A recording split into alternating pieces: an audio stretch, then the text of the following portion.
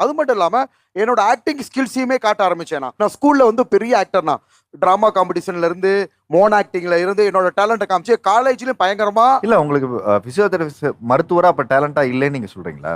ஆனா அதுலயும் டாப்புனா. இல்ல அதுதான் கேக்குறேன். நீங்க அதுல டாப்பா இருந்துட்டு இத பண்றதுக்கு நோக்கம்ங்கிறது என்ன இருக்கு? ஸ்கூலு காலேஜ்லயே ஸ்டேஜ் ஏறினா ஸ்டேஜ் அலறும்னா, வந்துட்டாரு திவாகரன்ட்டு. ஸோ அந்த ஆக்டிவிட்டிஸ் முடக்கப்பட்டுச்சு. அப்ப இனிஷியலா பிசியோதெரபி ட்ரீட்மெண்ட்காக மட்டும் தான் நம்ம போட ஆரம்பிச்சோம். அப்படியே சைடு கேப்ல நான் ஆக்டிங் வீடியோ, ரீல்ஸ் அப்படியே என்ஜாய் பண்ண ஆரம்பிச்சோம்னா. நடிப்பு அரக்கன். சின்ன குழந்தையில இருந்து பெரியவங்க முதற்கொண்டு சொல்றாங்கன்னா, எனக்கு தனியா பிஜிஎம் ரெடி பண்ணிட்டாங்கண்ணா. Watermelon star, watermelon star, water water வாட்டர்னு சொல்லிட்டு. ஆனா எனக்கு தேவை ப்ரொஃபஷனல் டெவலப் பண்ணும், 4 பேஷண்ட்ஸை கேட்ச் பண்ணணும் தான் நினைச்சேன். ஊட ஆக்டிங் வீடியோஸ் பண்ணேன்.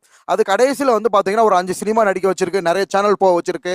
இது நல்ல, அதாவது இந்த சோசியல் மீடியா பவரை ஒரு நேர்மையான முறையில், ஹானஸ்டான முறையில் யூஸ் பண்ணி இது மக்களுக்கு நல்ல விதமாக தானே நான் இருக்கு.